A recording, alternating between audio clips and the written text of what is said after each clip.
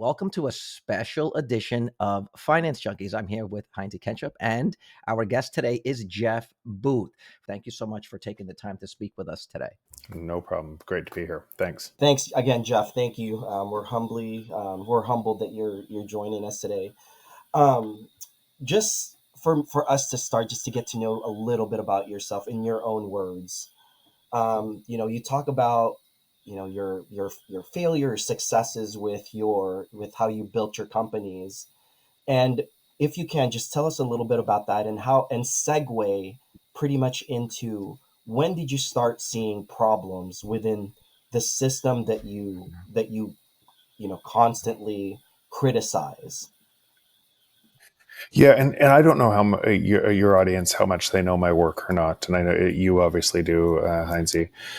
So maybe I'll start from kind of a path to kind of what led me to the work I do today.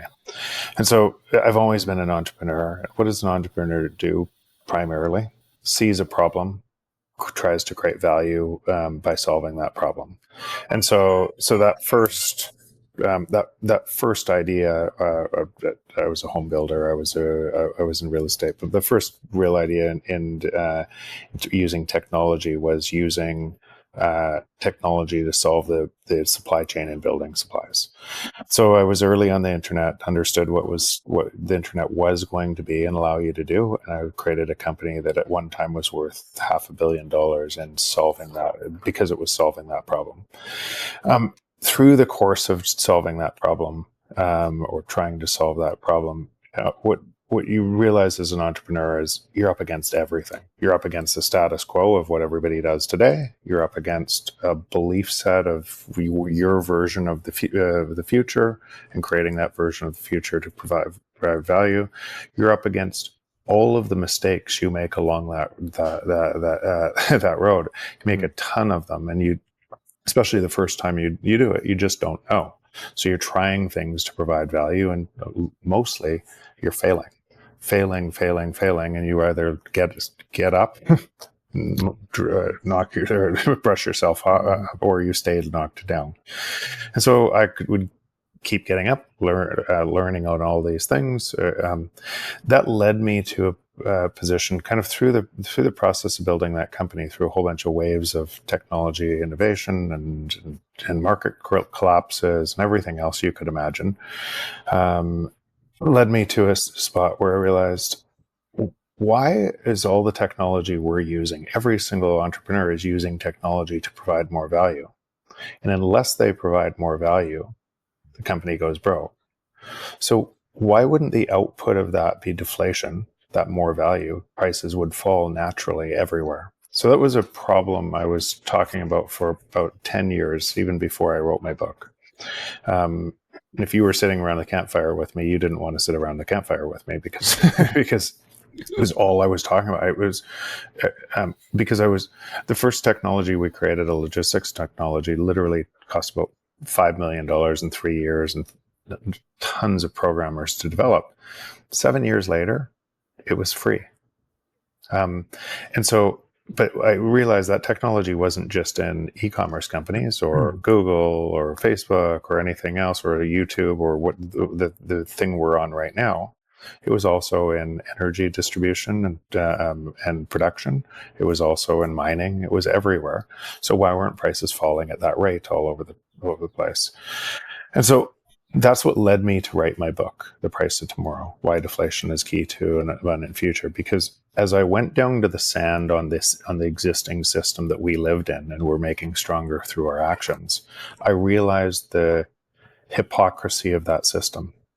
The natural state of the free market is deflationary and should mean that every single person is getting richer even every year, even if they didn't work. And I knew that would move exponentially faster as technology did more of our work. And so it would mean from that system, the world would live in abundance as we move to there. But the existing credit-based system couldn't allow that to allow prices to fall. So the existing credit-based system had to, because credit-based system can't allow deflation. So the credit-based system that we lived in and made stronger through our actions by trying to make more money within it was going to rip apart society because we wouldn't allow that transition. So that's what I explored in the book, and why I became very fascinated in Bitcoin, and then spending the majority of my time in Bitcoin, is because it provided a resolve to that conflict that I just laid out, where a system problem couldn't solve what I'm talking about. You couldn't measure the system problem from the system. You couldn't fix the system problem from the system that had to keep debasing currency. But most people inside that system would think they could and make it stronger through their actions. And then Bitcoin was something that was outside of that system, imposing a new system, whether you cared about it or not. So that's where I got to and am now, and what's happening in Bitcoin. And we can explore any of these pieces because I really understand to the sand, like all the way down, why the system looks the way it does, why we make it stronger, why this whole thing would be really chaotic and confusing for most people to realize what we're going through. I have a question just to touch on something that you said. You said that there are actors within the system that believe that they can sort of control the system and usher this in. Do you believe that the people, the powers that be, central banks, the Fed, do they really believe that they can usher in, that they can rectify what you're saying with deflation and also a credit-based system? Do they really believe that that there's a solution within the system, or are they just saying that to accumulate all of the wealth and basically rug pull the rest of us? So, Carlos, I would ask yourself a question instead of these get really deep, right? Really deep, really fast, and this is why. How much time do you try to make money in that system versus being all in on Bitcoin? What do you mean? How much time? How much time do you think about I need to make more dollars, or all the time? The single most front of mind thing that So in other words, there is no they, it's you. Because the minute that you move your time to Bitcoin, you defund the system and you make Bitcoin stronger. And while you stay in trying to make more money from that system, and I don't think there is any they. I think it's our actions. We wouldn't let a credit-based system cannot allow deflation. And why it can't allow deflation is you have the Great Depression, but you'd have the Great Depression on steroids as everything collapses because the money is lent into existence. So imagine if money was lent into existence, the bank actually creates more monetary units when they lend you money. If everybody paid back their debt, there'd be no money. But there'd be, but since every dollar is created with a debt attached to it, if everyone paid back all their debts, there would be no money to pay back the debt. That's what I mean. There would be no money. There'd be no money. There'd be no, the entire thing, every single thing that you think is of value would be zero. It would all fail. Your bank would fail. All of the stores that you shop in would fail. All of the government would fail. Everything would fail as humans went back to a barter type of system, and that would be a really bad day. Oh yeah, right? Yeah. So so you won't let that system fail. So if a government comes, think about what's happening with Dodge right now. We rip out a whole bunch of this cost, but that cost, 25% of the government spending is the same GDP. So you rip out the cost. Now you actually force a deflationary spiral, which you have to inflate with more printing money. So there's going to be people are going to be blown away if they believe in the new regime's control system. And they think it's so much better than the old regime's control system. And they watch, why is debt still going up higher? So you think even with the efficiencies of Doge, we're still going to see the debt increasing? It has to. Not it might. It has to, or you have a complete wipeout of all the credit-based system.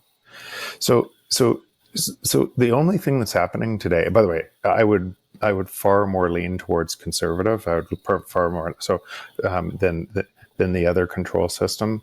But they're both control systems. Really, what all you've done is move globalists and replaced it with technocrats.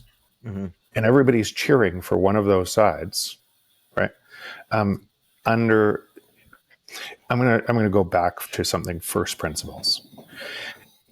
And you should say this over and over. Say this before you go to sleep. The natural state of the free market is deflation. What does that mean? Well, you know that's true, right? Mm-hmm. Prices follow the marginal cost of production, and that should happen faster and faster. That means that you've never lived in a free market, ever. You've lived in a control system. You believe you lived in a free market because your control system imposes wealth destruction on other nations and steals their wealth to be able to make you wealthier. You believe it, but it's not true. You live in a control system because the natural state of the global free market is deflation. And all we do as humans, we are abundance creating machines out of scarcity. That's what we do. We see a problem, we solve that problem with our minds by creating more value. And the output of that has to be faster abundance, faster deflation, unless you've never lived in a free market. And so all of the constructs, all of the fighting of this leader's better or this leader's better is such nonsense, complete nonsense, right? Is making that system stronger by your belief of it is better when it all relies on theft. Interesting. Well, look, I think I know the answer to this question, but I'm going to ask it anyway. Yeah. So if what you're saying is true, that all of the attempts by government to rein in spending and to control the debt are doomed to fail, then why does it work on the company size level? Why does it work, for example, at Twitter, fire 80% of the employees, get rid of all of that unnecessary spending. And now Twitter's at a point where even though they make less revenue than they did before, they make more profit. And that's something you never hear about. So why does it work at a company and it won't work for a nation state? So what does the company do? They remove the labor component of their business with technology. Yeah. And of course that works, right? And if they didn't do that, they would fail to a company that did that. But they also eliminated unnecessary jobs. Yeah, and as those jobs are eliminated, prices should fall relative to the market, right? And that's exactly what they do. And if they kept them high, if they kept all those jobs, they would fail to a Twitter competitor. Right. So that's why a company does it, because they have to by the free market. They're forced to become more efficient or fail. But a government isn't forced to. Therefore, they're forced now to go from 2 million employees to say 1 million employees. Say they fire half of the workforce, and they can do the same amount of work. Perfect. And they find other efficiency. How does that not? How does that not lead us to a place where we can actually get rid of or decrease the rate of debt? Because the debt is the currency. If you allow prices to fall, so just walk through that exact example. I lose 1 million workers. All those million workers, and by the way, it could be way higher than that, because with AI, where it's going, it should be way higher than that. Right. I lose 1 million workers. All of those million workers today buy houses, buy food, they're spending in the economy, and so now you're not spending, and it gets more efficient. And all those people, what do? They don't spend, right? Well, they disappear into they've been giving a long runway, and they disappear, and they're absorbed by the private sector. Okay, but they're not unemployed forever. So no. Here's I think the thing that you're really missing, because you're not tying these together. The private sector is sacrificed for the public sector because of what I said. So the misallocation of capital is a direct response to not allowing prices to fall. You have to drive higher regulation. You have to drive misallocation of capital. You have to make government bigger, because the private sector is deflationary. The private sector, it makes more and more efficiency all the time. So in response to that efficiency from a credit-based system, because if you allowed that efficiency to flow, prices fall. And what does that mean for the debt? The debt gets more expensive relative to the lower prices. The debt keeps getting more expensive. In other words, the debt fails. So that's why. So instead of letting the debt fail, all of those jobs, as they get absorbed, there is no, in fact, you've created the private market being underwhelming because of all of the regulation. And And the private market is hugely efficient. Has to be, right? Because otherwise it fails. Yeah. So in other words, that private market, every single business right now, they're using AI tools to remove labor. But this is Why do you think Facebook, Amazon, Google? Why do you think they're getting bigger and bigger and more powerful all the time? And now going to government, and they're in essentially cahoots with government to control this thing, right? Because they don't need the same labor per productivity. It's a platform that you use that extracts value, and on top of a broken system, they're just these giant monopolies that continue to remove labor, and you use them every day because if you don't use it, because they give you more value.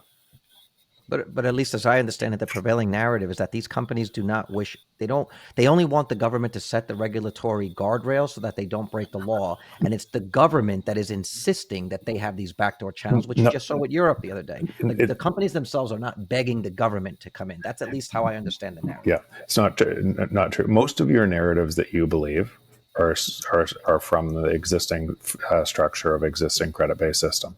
They would have to be, right? You live in a credit-based system. Yeah. You believe all the economists that tell you about that. You listen. It's around all. We've never lived in a truly global free market, because you know for sure prices would fall. So you know for sure that all of your narratives from that credit-based system also must be, something's misaligned, right? Something's wrong, right? That's why if you don't have falling prices, the faster productivity gains means prices should fall faster. If that's not happening in your economy, then you know you don't live in a free market. You live in a control system. And just that makes sense, right? Like, Yeah, really, no, that makes sense. I mean, I have some sense. examples that I'd like some clarity, but I also want to see what do you got? What do you have So to say, Heinz, if yeah, you have so any for questions? me, like, I'm listening in, and a lot of this stuff is where okay, for instance, we increase productivity, but we would have to, the output of that would be, let's say, get rid of the wasteful productivity, right? So in a place where we're shifting into, we're trying to shift into a different structure, right? In like a paradigm shift, right?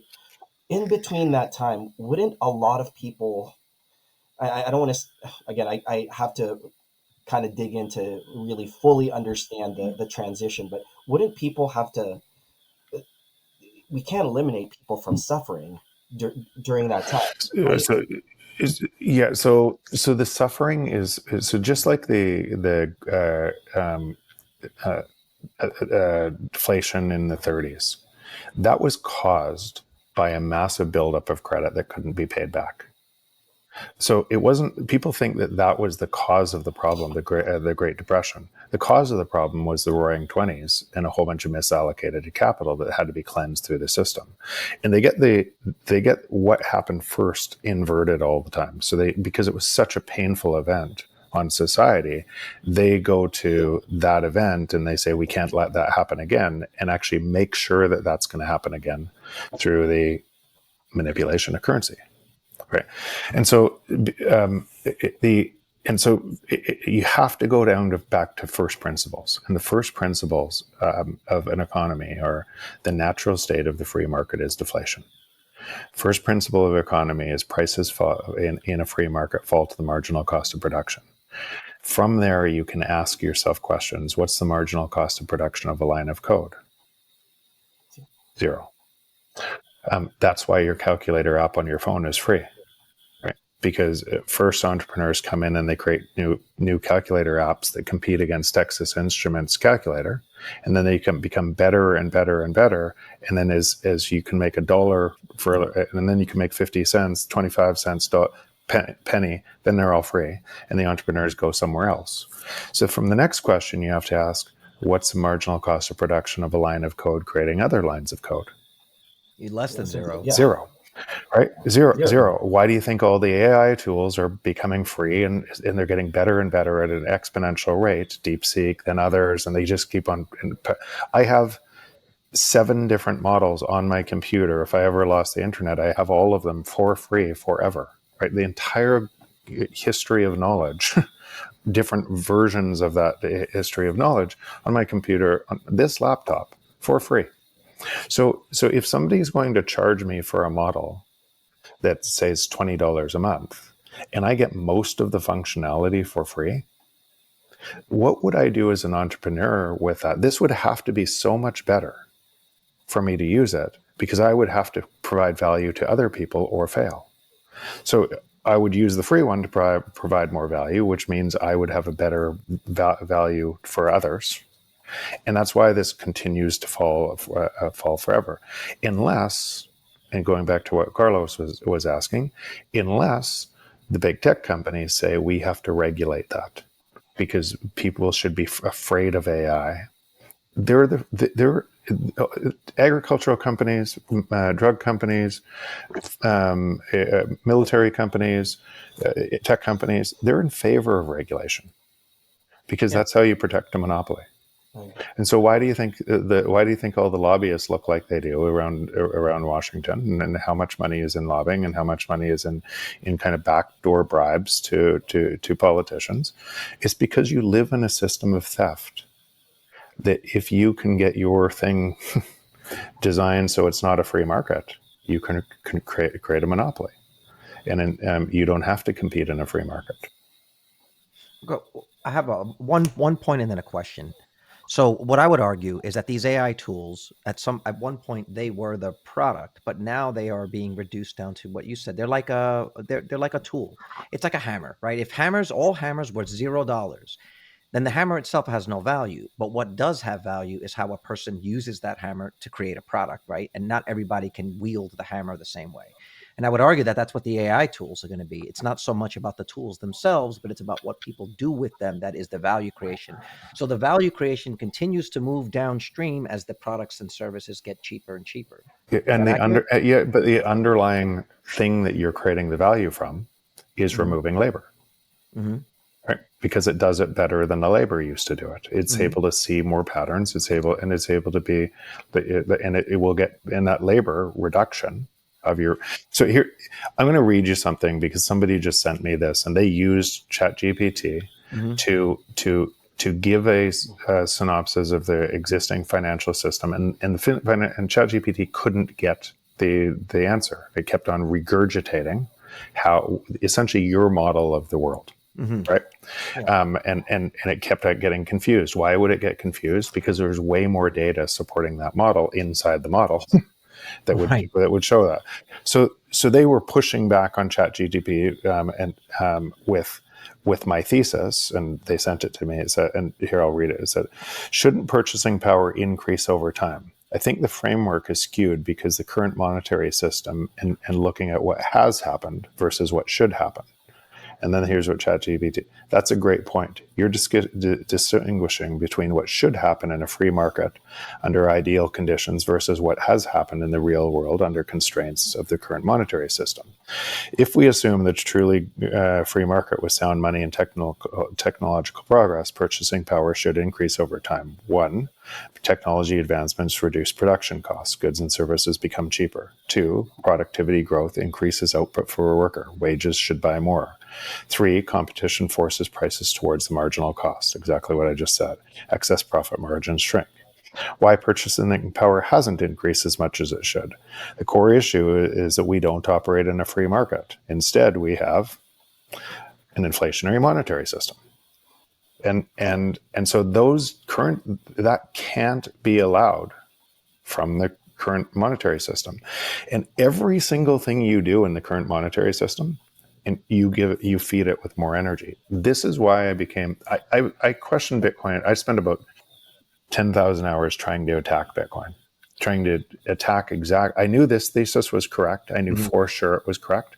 Then I could say how much faster it would move and how most people would be confused by that through their actions.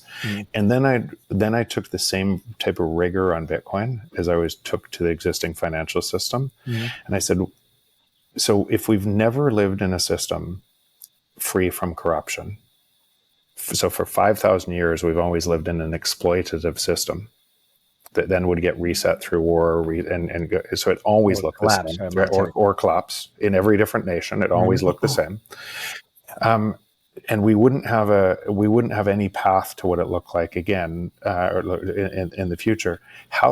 What I said is, how would Bitcoin possibly withstand what was coming against it? Because we must be part of the input that allows that to happen, right? Because because if It doesn't exist without us. it doesn't exist without us. We have to be both sides of it, right? We have to believe in almost hypocrisy that our house prices should rise unnaturally. Well, we only use things that give more value. It's ludicrous. So we want everybody. We want our house prices should rise. Yeah. Well, we create more value. The only reason house prices rise is because money goes down in value. But isn't it also scarcity? No. Isn't it also like no. we're not technically making any more real estate? No, it's not.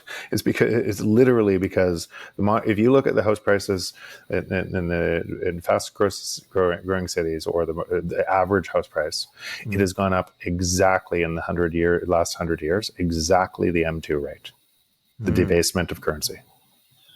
Exactly. Matches it perfectly. So house prices aren't going up. Your money is going down. Energy prices aren't going up. Your money is going down. All of these things are a construct from the system that you're in. And so how could Bitcoin resolve that paradox? And I didn't think it could. I thought it had a possibility, but not the highest probability, because it would have to withstand every attack from us. Right, against this, and all of the power and all of the control structure and everything, and the miscommunication and all the noise, it would have to withstand that. Then I realized that the decentralized and secure nature, instead of saying Bitcoin, say, what if you had a decentralized, you couldn't change it because the nodes wouldn't allow you to change it, right? Secure, never been hacked, impossible to hack, protocol bounded by energy. So it was literally base one tied to energy. What would it look like versus our perception of what it looked like? If you couldn't change that, then it would measure the free market perfectly. Prices would fall against it forever. Right? And the only caveat I would say to that is, as long as it stayed decentralized and secure. The only thing you'd have to care about, will this stay decentralized and secure? So I spent like 10,000 hours trying to figure out, could it stay decentralized and secure?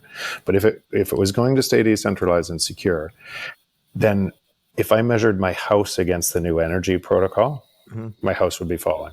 If I measured energy prices against the new energy protocol, energy prices would be falling. If I measured anything, they would all be falling. It would be a perfect description, a mirror description of the global free market.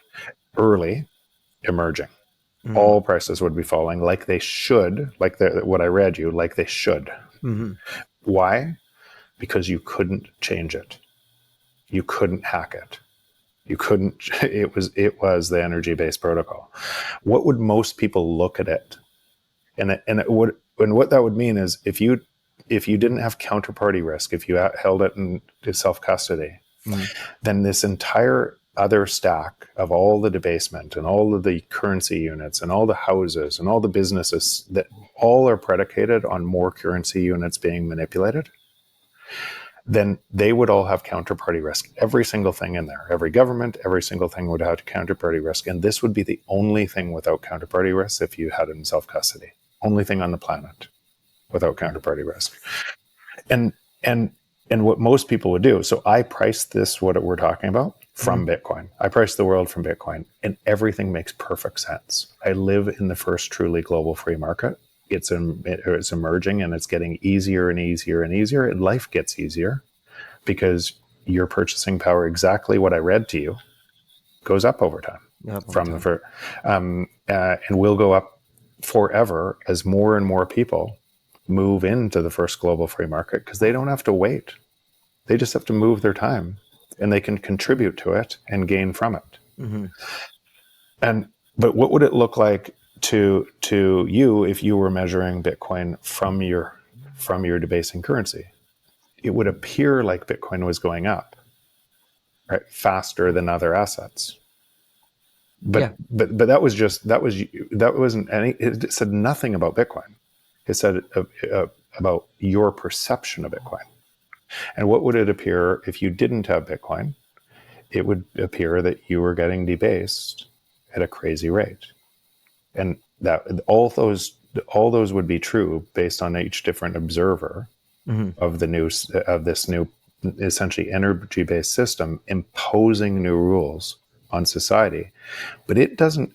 Here's what I got to. I realized Bitcoin actually didn't care what I thought of it. Every 10 minutes, there was a new A block. It block. was good. Right. No Every blocking, it right? didn't care. It didn't care. It never cared. What I thought, a lot of people care what it does, right? But it was imposing this new reality, whether I cared or not. And then I kind of thought, it doesn't say anything about Bitcoin.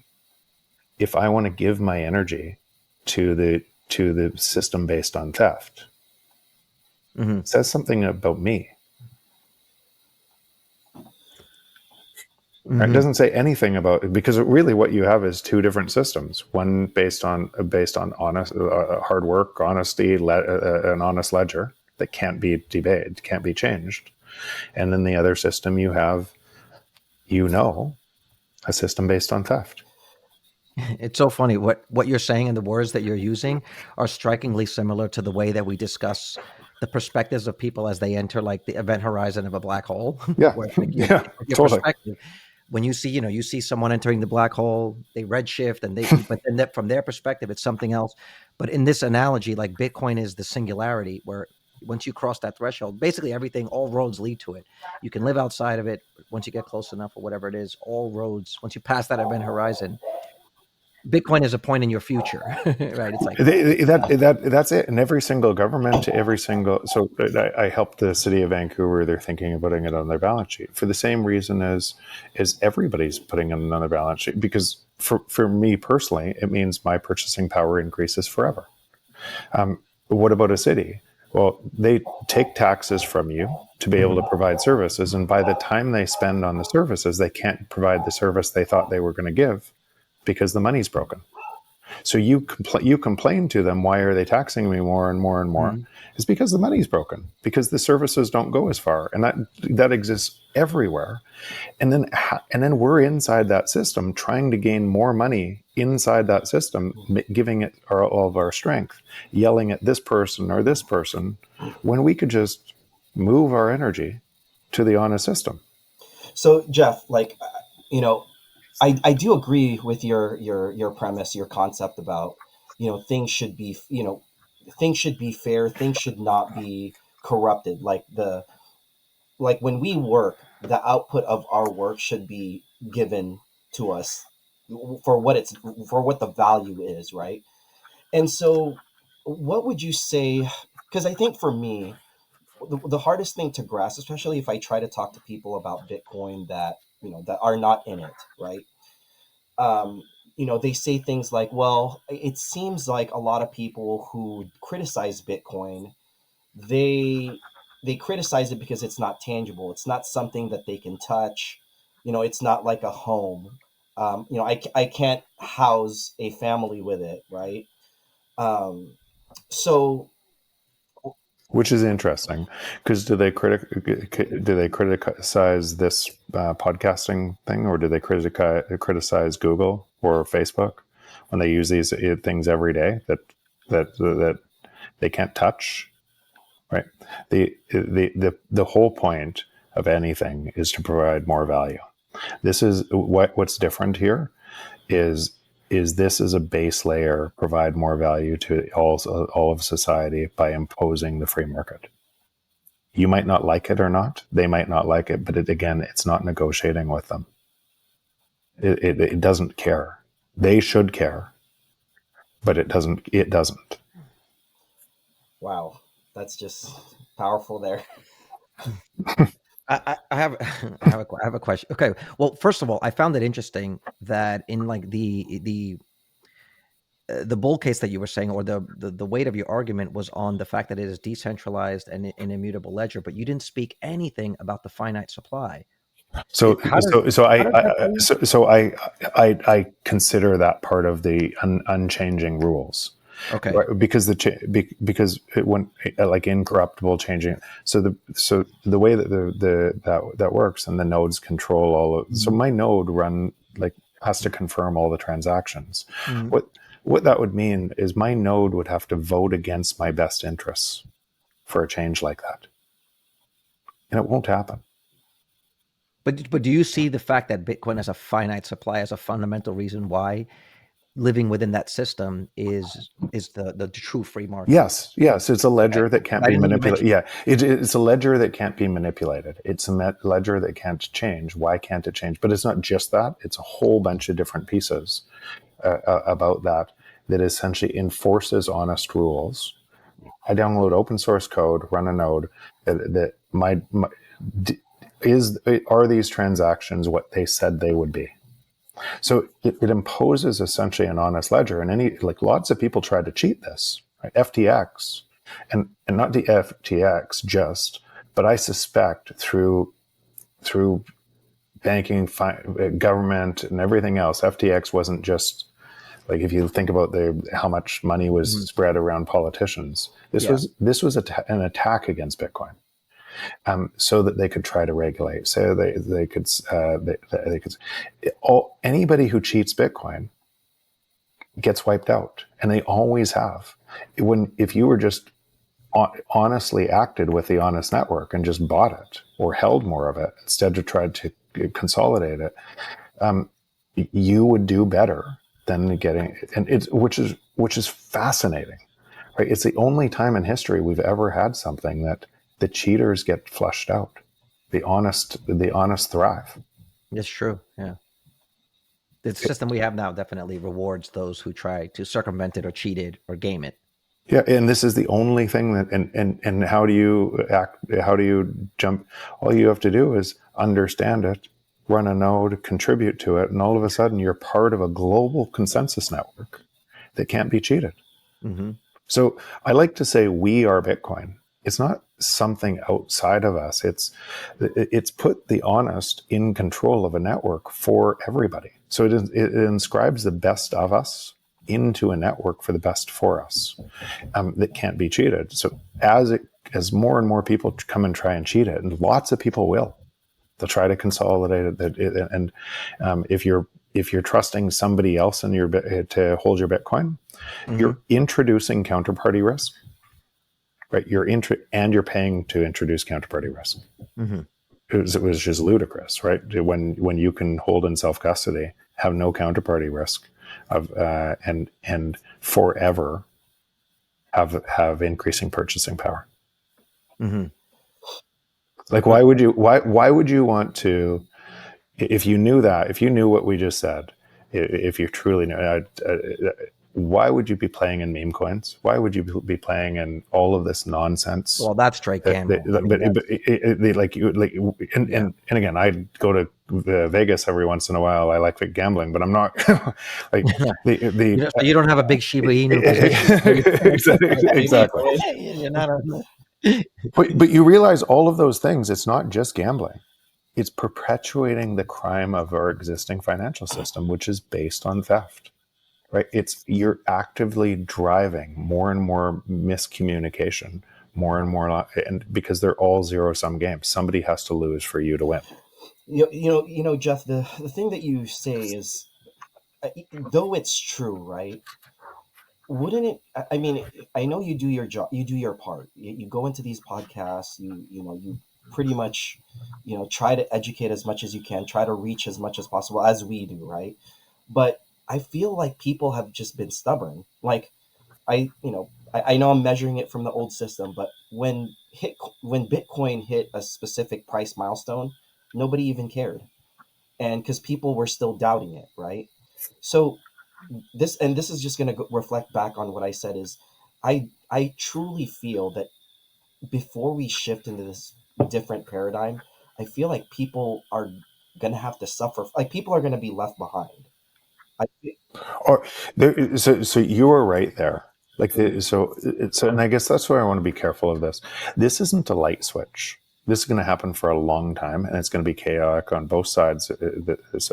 But it can be a light switch for you.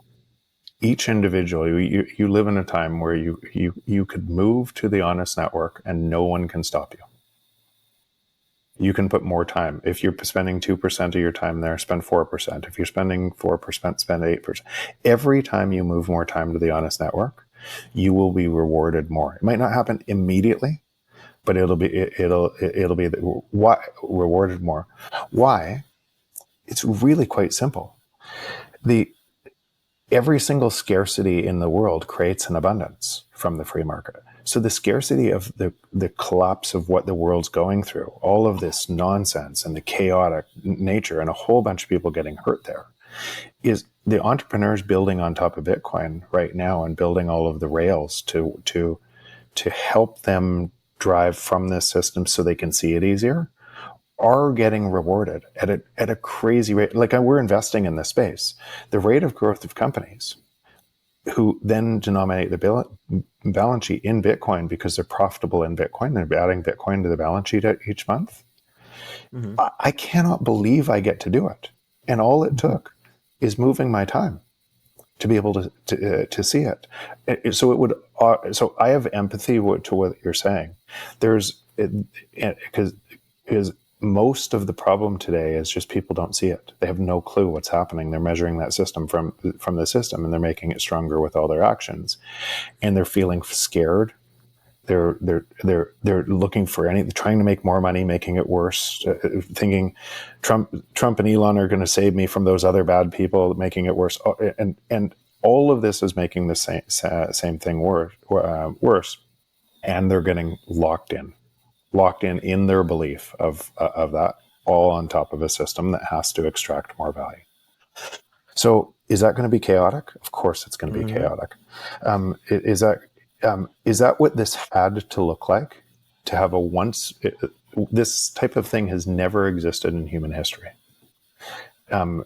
So it would obviously look chaotic as you transition from very few people knowing it to more and more people knowing it, and all of the kind of other layers of technology they're building on top of Bitcoin to provide the transition. It would look chaotic. It would have to. And I can massively empathize with where people are, but I don't want to be there. And I don't have to be. Right? You can literally move your time as much as you want to move to the new system. And as you move the new system, you'll be rewarded. Same as I've been rewarded.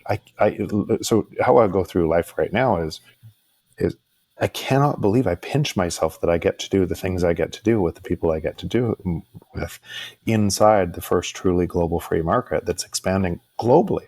I go to Africa, I go to South America, I see people in villages that had nothing that are now contributing to this global free network that they didn't have the access 10 years ago. They were stuck in this extractive system, and now they're not. So when you start to see that and you see how fast that's moving around the world, and then somebody says from their perspective of what it looks like in the US today, well, that'll never happen. Okay. See you in 10 years. Yeah, exactly. Like that, because all that's happening to you from your perspective is the Bitcoin's rate of return, the IRR for the last 15 years, is 45% compounded. So yes, it's volatile, but there is nothing else. And that's measured against the existing system. Mm-hmm. So if you want to buy houses and it's going up at 6%, you're losing 39% a year against Bitcoin. Right? And you're welcome to lose 39% a year. And then you'll realize that as you lose 39% a year against Bitcoin, thinking that you're making money over those other people who are losing more money than you because they don't have houses, and then your taxes go up on the same houses to be able to take it all back because those other people are so punished.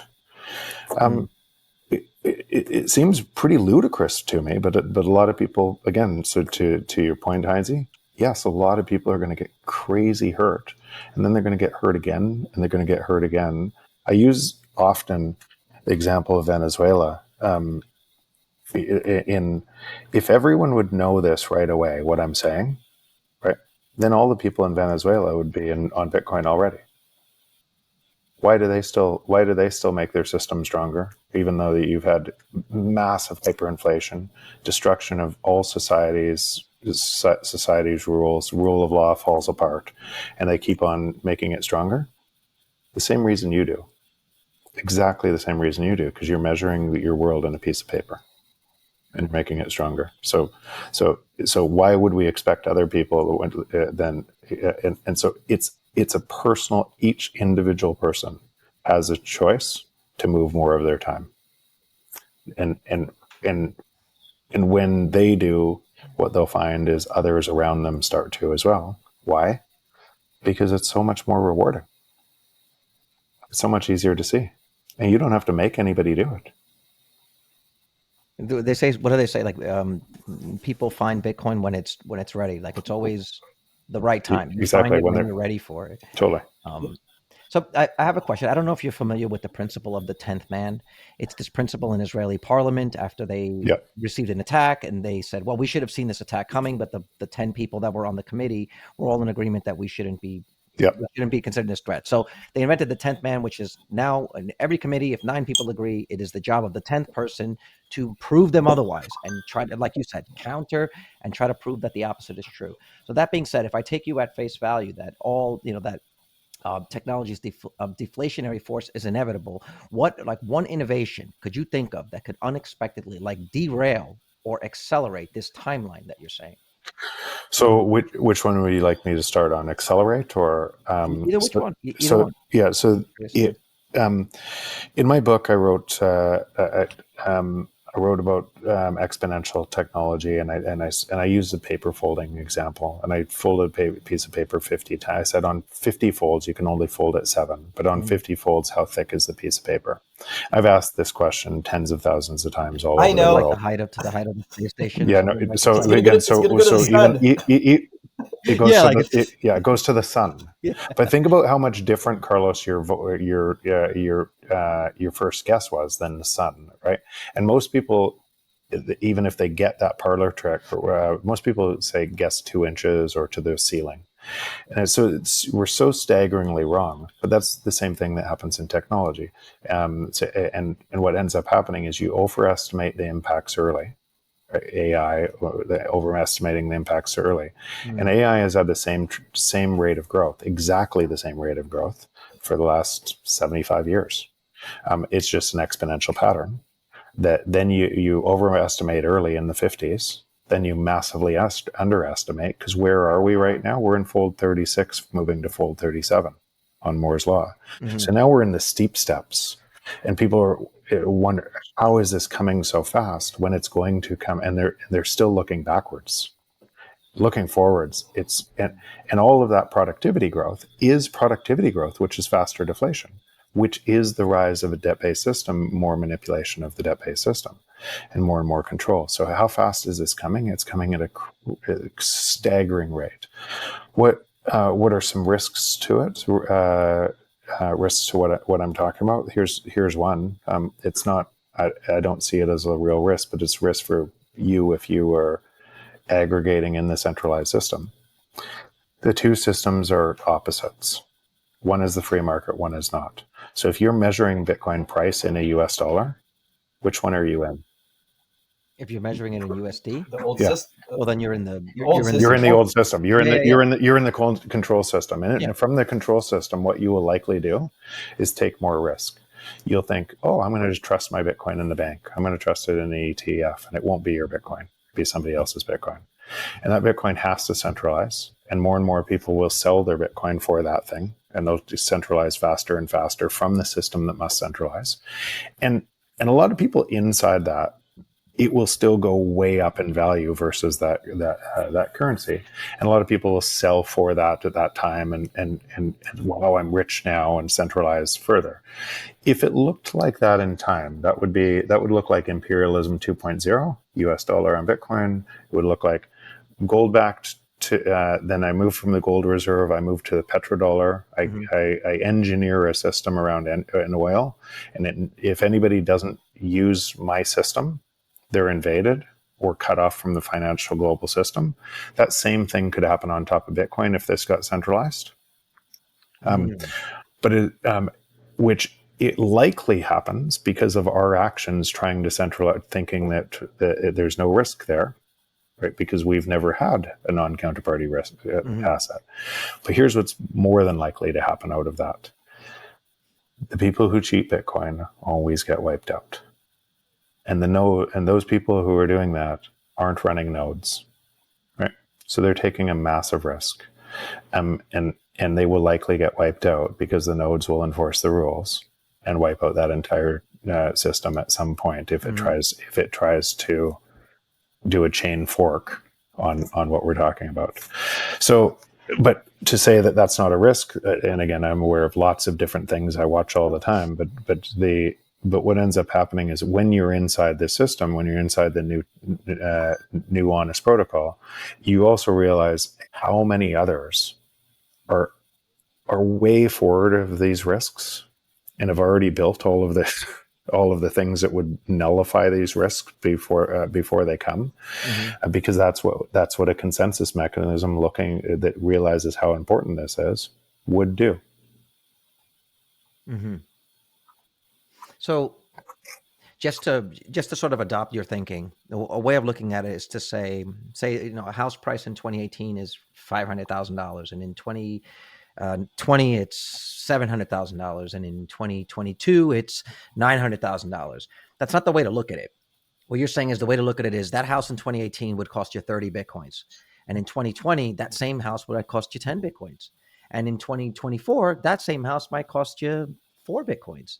And that's the way to look at it, that your buying power is actually increasing over time. And eventually the house is 1 Bitcoin. This house 5 years ago was $1.4 million. This house that I'm saying is now $2.1 million in Canadian dollars, or just pieces of paper that most people measure the world in. But in Bitcoin 5 years ago, it was 300 Bitcoin. Right. And now it's 22 Bitcoin. And so what's happening, but from the energy-based system, the house is falling to its utility value. Houses used to be a utility before you had to use them to store your value, because money couldn't store your value. Right. Well, and that's what's happening to the miners. I mean, eventually the miners will be a public utility in the same way that, we have water, electricity. Like, those miners will eventually be another public utility. And I don't even think I think they'll constantly go around the world. I've been all around the world watching miners. So here's a way to look at a miner, the economics of a miner. Remember, I'm on the board of a public one that's giant, right? The Core Scientific. But if you look at the economics, the two major inputs are the ASICs, the compute, and the energy. So your forcing function is to chase lower energy costs and abandon energy or stranded energy, and it moves around the world, and that's also part of the decentralization. The nodes really lock in those rules, but those economic actors are going where energy is the cheapest. So essentially, for the first time in history, you have a global free market in energy too. And it works like this. Heinz's probably heard this before, but Carlos, if you had a bakery, and I came in one day and I said, listen, I'll buy everything that you produce extra that you don't sell. Next day you produce 2 times as much. And I come in, I wanted a discount, but I buy it all. Next day you produce 4 times as much. I buy it all. Next day you say, I'm gonna buy some more ovens, capital cost. I'm gonna hire more people to produce unlimited bread. I come in and I buy it all. What do we just do by having an always-on buyer at the margin?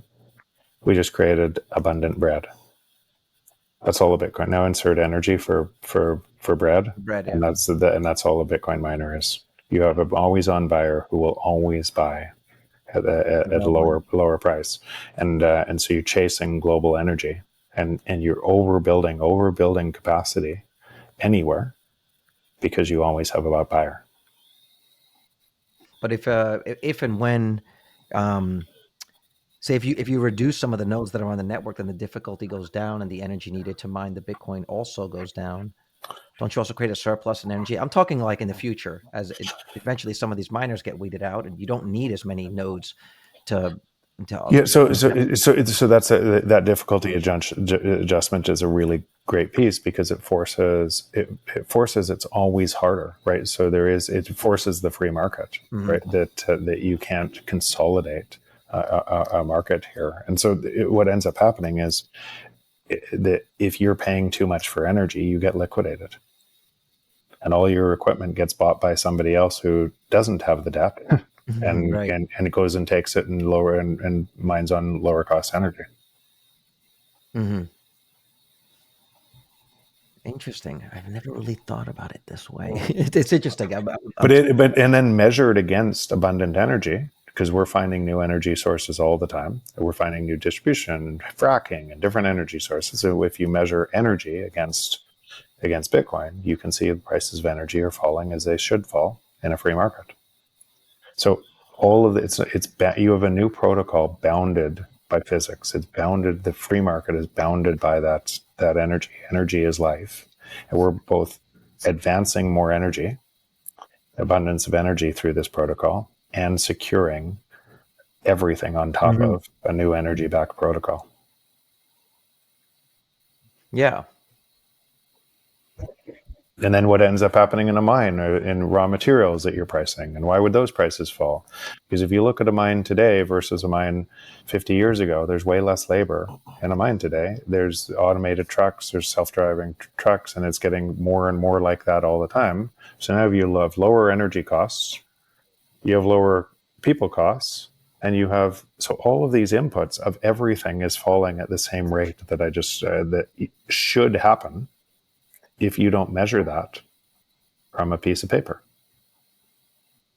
I mean, I have a lot of questions related to that, but it's like we did say that we would try to keep this to an hour. I don't know if you have any of your main questions. I do have a question to follow up on that, but I want to see if Heinz's got anything, especially in response to what. Yeah. So for me, I think one of the things that I did find about your book is, and mind you, Jeff, I read the book just recently, right? So in my perspective, had I read this, in 2019, 2020, right, I would probably have to read it like 10 more times just to see it play out. But since I read it this year, or, a little bit started last year, I said, wow, Jeff wrote this in 2019. Pretty much everything is coming into fruition, right? Coming true. So if I was to ask you one thing that, because I know you ended the chapter or the book with the last chapter talking about Bitcoin, right? You didn't really dive into Bitcoin. Yeah, there's only one paragraph. Yeah. So with what we just talked about, right? The fears, things that people are going to be shocked when these things eventually happen, right? What would be your last, well, if you were to add another chapter to your book and it hasn't happened yet, or you haven't, pretty much it hasn't come into full fruition, what would that chapter look like, and what would you discuss? It would talk about the world you see is literally a mirror reflection of your beliefs, and we, that world comes into effect. We both are the contributors to it, and it comes into effect by those same beliefs, but we think it's somebody else. So if you've heard some of my work before, if I walked down the street with somebody who showed up as a victim, right, everything always happens to that person, and you could ask, why does that happen? And why it happens is we're in search of love and belonging, and love and belonging is all around us all the time. But the victim doesn't realize, or might realize that same thing, but to get love and belonging, they show up as a victim and to try to get that. And then as everybody moves further away, they double down on more drama to try to get people to come back. And what they don't realize is the world is a complete reflection of their beliefs, and love and belonging was all around them all the time, but they're pushing it away with a sign on their forehead trying to get it. So if that's true with that person, then, and you see this in every single person you meet, their own views of the world, they're so sure of that view of the world, and it's hurting their own whatever they say they want. And it happens. And what I realize is, if this happens to everyone else, it must happen to me too. So where you take credit for the things that are good in your life, and then you blame where it's not. And if you were just really honest and said it's all me, you would find the things in you that were stopping you from this. And so if I take that back to, we're walking down the street, we would see two different realities, Yep. right? And my reality would be totally true for me, and I would see abundance, and I would see love, I would see all of these things, and I'd see all opportunities everywhere, and that person wouldn't. I didn't say mine was right and theirs wasn't right. They're both right. They're both true. They're just different. We live in a construct of those different ideas and different views, all in an intricate weave across space and time of each individual person. That's what we look, and those ideas bump into each other and either thrust us out of a belief set or don't. What we're doing right now, and maybe Heinze on my book, might have thrust you into a new potential belief set, right? That potentially impacts your life really positively, or takes you on it, or somewhere else where you find something else, and then that'll touch somebody else. That everything we live around, everything that you can look at from this, the surroundings I'm in, come out of our mind, that we create out of our mind, right? That and so how powerful an idea that is, if we are uniquely responsible for them, and we added more minds. So what I think is happening on Bitcoin is you had the printing press opened up more minds. It allowed more contribution from a control structure that was very narrow, and most people were slaves in that control system. It opened up. We were both able to read other people's thoughts, error correct on those thoughts, and contribute to those thoughts. And so us as a supercomputer, what we're doing right now, creates more value because there's more shots on net. And all of the things that came out of that we are living on top of right now. But it's probably only unlocked 500 million minds. 7.5 billion are still stuck, and they're stuck all over the world because they live in monetary slavery because of this, right? So they are the counterparty to us living in success. Their currencies have to fail faster, and they're living in this poverty and everything. And so, if part of what is driving who we are and allowed to be out of ideas like Faraday and James Clerk Maxwell and Einstein and all of these ideas that we long since forget these people, but the ideas are fabric of creations. And we only have 500 million people contributing, and that's taken humanity a long way, right? But still 7.5 billion people are living in abject poverty and in control systems and dictatorships and everything else. What would it look like if we added 8 billion people in the world in service of us? Wow. We would have more time. That's not just more time. You would find Einsteins everywhere. You would find, and all of those people through the free market have to contribute to all of us through that same process. And you're going to unlock that talent, and you're going to have productivity gains that move faster. And if you're in Bitcoin and you're early in Bitcoin, that's what you're measuring. And I'm watching people get unlocked into it. So when people question this, or when they on the others, I don't care, right? I don't, because I'm watching what I just described, and it is beautiful. It is so beautiful. And this is what you mean by, like, your multiple, conversations with people when you say Bitcoin doesn't care if you hate it or not. It's going to bring you value no matter what. And yeah, because even if you didn't own any Bitcoin, and this transition happens, then what it means for you is you're living in a world where you don't need very much money. Prices keep falling, right? The governments get smaller and serves you rather than preys on you. It forces all of these things that right now, the number of people, if you just ask a really simple question, What is the problem you're worried about most? And how do you fix that problem by creating more monetary units, more pieces of paper? They'd realize you can't. All problems get worse. So how would you fix that problem? What people don't get is that the creation of new money is dilution. If you understand it in the stock market, when you have your shares and they dilute you, people understand it. But I don't think the general public or the masses really understand that every new dollar created is just dividing the current value of what's already there by more units. Yeah. This is not something that's understood as a whole. And I don't think our media or our governments by design explain that to the population. But not just media and governments. Think about economists. Like, there isn't an economist who's argued with me on my core thesis. I think they're literally scared to, because you can't. Like, how do you? You can't. Yeah, exactly. Prices fall to the marginal cost of production in a free market. The free market is deflationary. Those are facts. So, what does it say about all economists? What does it say about all of the infrastructure? Because what it actually says is to get paid, I have to convince people that inflation is normal. Right? I have to convince people that that's there is no normal inflation. The natural state is deflation, not from zero, negative.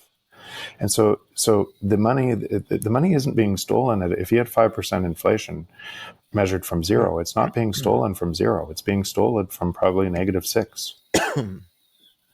And so that entire infrastructure, all of those jobs aren't needed. The people who don't want to trust, who don't think they're smart enough to understand economics, are perfectly easy to understand. Economics is like crazy simple.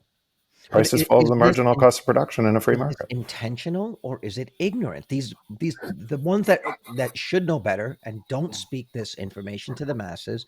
Is it intentional or is it ignorance? Well, Carlos, in this, this is why I wanted to say this. I'll bet you some of the things we're talking about right now for you, and you talk about this, are new. They're so hard to understand because we're so wired into the existing model. And then a lot of times, and this is what sometimes frustrates me in Bitcoin, is the minute somebody gets it in Bitcoin, they think they're smarter and better than everybody else, and they talk to everybody else like that. And it's just, this is a really hard thing to understand because you're so wired. Your entire life has been wired into the other system. So you have to be curious and open to where I was wrong before, what I thought before, to be able to. And if you're not open to, you could have been wrong, you won't get it. Okay, I have another question. This is about like looking forward into the future.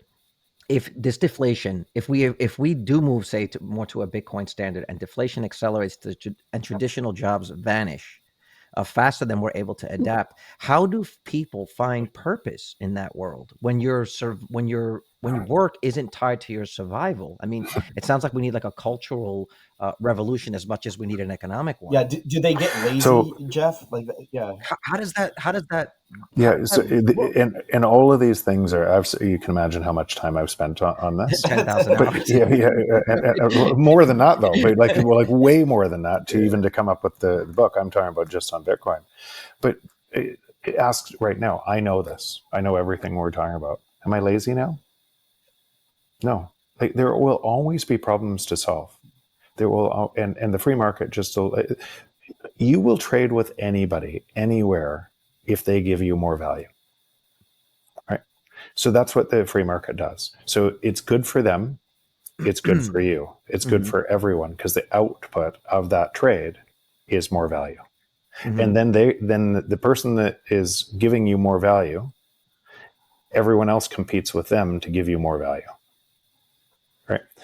So you trade with people who give you more value. That's the way the world works. So that output is, and then we will solve other problems. We'll keep on solving problems. We'll keep on, and the output of all of it will be prices will fall faster and faster.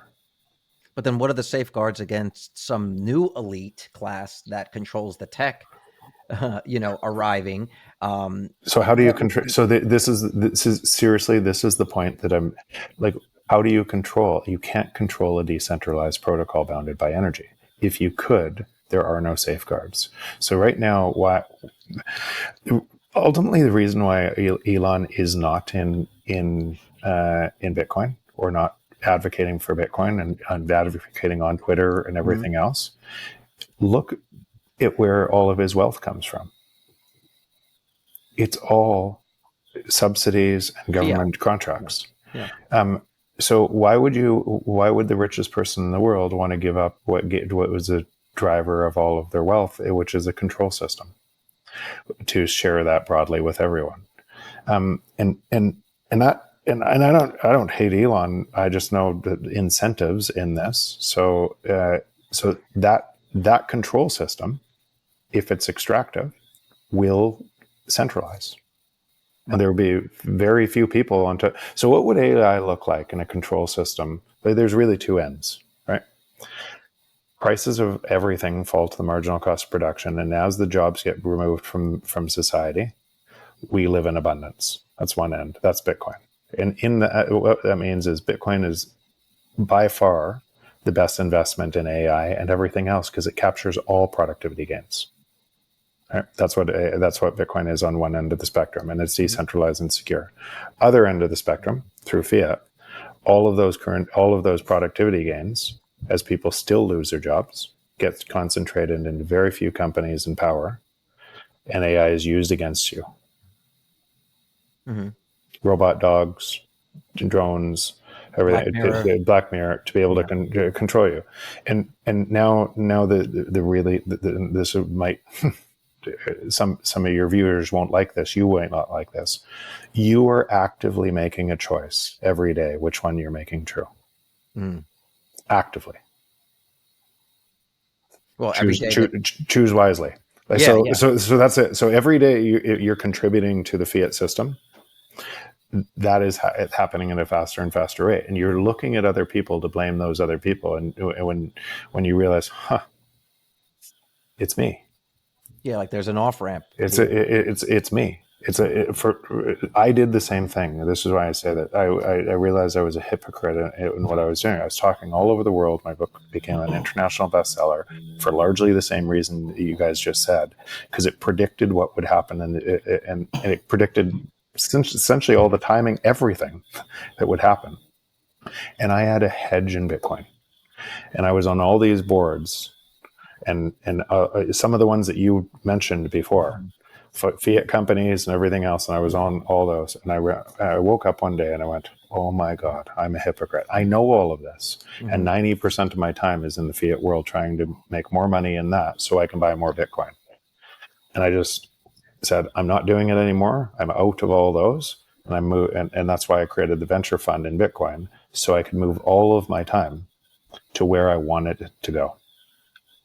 I'm not saying anybody should do what I just said. They don't have to do that. I'm not trying to make you feel bad in this. I just realized for my own hypocrisy that I had to resolve the conflict for myself. Well, the majority of my net worth now is in Bitcoin, but even you're making me feel like I'm not bullish enough. but even if it's not just, forget just the net worth. Then go spend in it. Go on Nostr, create an account on Nostr. Go start communicating in it. Go to events. And as you spend more, you're going to see way more opportunity. You're going to see a whole bunch of people who are also contributing there. You're going to kind of fall in love with how fast this is moving, and you're going to see more opportunity than you otherwise would have in the other construct. What'd you say it was? Nostr? Nostr. So, how do you spell it? Nostr. It's a decentralized. It's built right on top of Bitcoin. It's integrated. Yeah. So you could go to Primal or Damus. Primal is easy to get set up, and you can. I see. Tag me, and I'll send you a zap. I'll send you some Bitcoin. I see. I see. Yeah. Dude, This is, he's oh, this, I this is mean, cool. Jeff Booth is I see. inviting us to do this. Okay. I mean, it's gonna happen. It's gonna Jeff, I happen. just gotta say, I think what I appreciate about you the most is, I think everybody agrees that have spoken with you is you're just so humble. Like you kind of break it down, even though it's very complex. And as you always say, it's complex. You break it down into simpler forms for us to understand. And you always emphasize things like, oh yeah, I've already gone through this rabbit hole, right? You always say that, like, always use those words.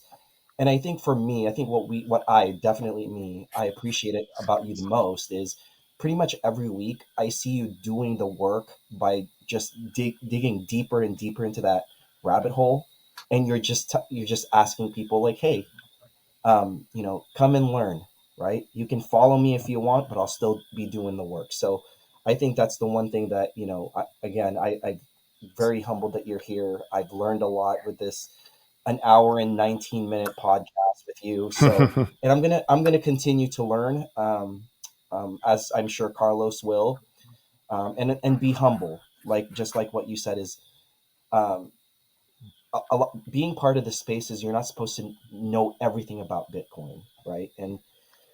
And for me, I think that just brings me closer to my investing kind of future and what my goals will be. And so, again, thank you, Jeff. Yeah, no My, problem. Really appreciate it. my final question, just sort of as a fun way to end it, just as like a thought experiment, is that governments and central banks are addicted to controlling via inflation. But if you could sit down with one historical figure that you believe helped shape modern economics, like who would it be, and how would you convince them to buy into your vision? So I actually think that there's a lot of so there's no one person in this. I think Hayek knew this. I think a lot of I think lots. I think Henry Ford knew this. I think Buckminster Fuller knew this. I think Nikola Tesla knew this. I think some of the religious Even back figures. then, you Yeah, think? I think some of the religious figures throughout time knew the same thing, but they were up against a structure that wouldn't allow it. Until this was vetted, until this discovery was here, Hmm. you couldn't overcome the worst of us, the greed in humans, to be able to create a system like this. Because we would say that yes, we would want to live in the system, Hmm. but we would only do it if everyone else did it. No one else would do it, and it would always result. It would go back to a different system. Hmm. And so I actually believe that a lot of these bright lights throughout time were talking about the very same thing, and in that, I don't think my stuff is not. I don't think it's new. I think it's rediscovered. Right? It's that this was always there, and certain people could see it, and they acted as beacons, but you'd never actually were able to put it all together into a system that could work. And now we actually have that chance to move from an extractive, exploitive system that we've always lived in to a system that operates different. And it's our choice. So lots of people I'd want to talk to. Lots of people that I would love to check if that was right. But I suspect through I do a lot of reading. I suspect that that's right. You weren't able to put it all together. I interpret that much like Copernicus talking about the Earth is not the center of the universe, Exactly. right? Exactly. But it was true even at the time that people didn't believe it, Yeah. and it was still true the 100 or so years later when people finally accepted it. But it was always true. Exactly. It's just a matter Yeah. of the reality. Yeah, and if you think about what we do in physics or any single, we're constantly looking for deeper meanings. And what Heinze said before, if you can't explain it simply enough, you don't understand it simply enough, right? Mm-hmm. The Einstein's famous quote on that, if you can't explain it, The Eli 5. yeah, Right? yeah,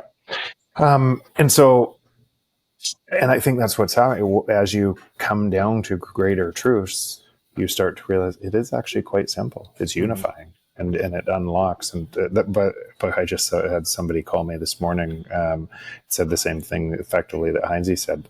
This thing that I talk about, they can't resolve in their head. It's actually like a virus. They can't. They constantly see it all around. Technology is moving faster and faster, and they can't. And it's the cognitive dissonance of knowing that that's true for sure, and then trying to measure that truth from the other system. That's creating this, which means everyone will go through it, and they'll get there eventually. Mhm. Well, I want to thank you for the time. This is the Yeah, fastest I hour know ever. this is I too literally short, man. had I 10 more know. questions, and I had to pick like my top questions. I hope that we get to do this again. I really appreciate the insight, and it's also now I have even more questions than answers, which is I think a mark of a good podcast, right? Awesome. So I Awesome. really appreciate that, and I know there's going to be tremendous value created for the people that listen to this. Jeff, I hope Awesome. Really nice guest. I hope this is not the last time, Jeff. I really hope. We got to do this again. Yeah, after they we'll create do the it again. strategic Bitcoin reserve, we got to come back here and talk about. Yeah, we'll do it again. Jeff, thank you very much. You have a good one. Take care. Thanks, guys. Thanks You so too. much. Bye bye.